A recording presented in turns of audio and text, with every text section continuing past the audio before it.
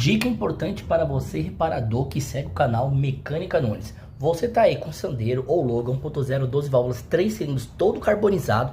Quando chega próximo dos 3.000 RPM, bate uma polia lascada, ou às vezes na marcha lenta, tá aqui ó, lavagem completa, ó, descarbonização completa da bomba de óleo. 95% das bombas de óleo que eu faço carbonização, ela fica zero de novo. Troca as guarniçãozinhas para você não ter problema com vazamento. Lava o pescador, os dois mancalzinhos, lembra? Quando o comando fica com folga axial para frente e para trás? Eu tenho a retífica lima, que ela faz um preenchimento aqui de solda e tira essa folga.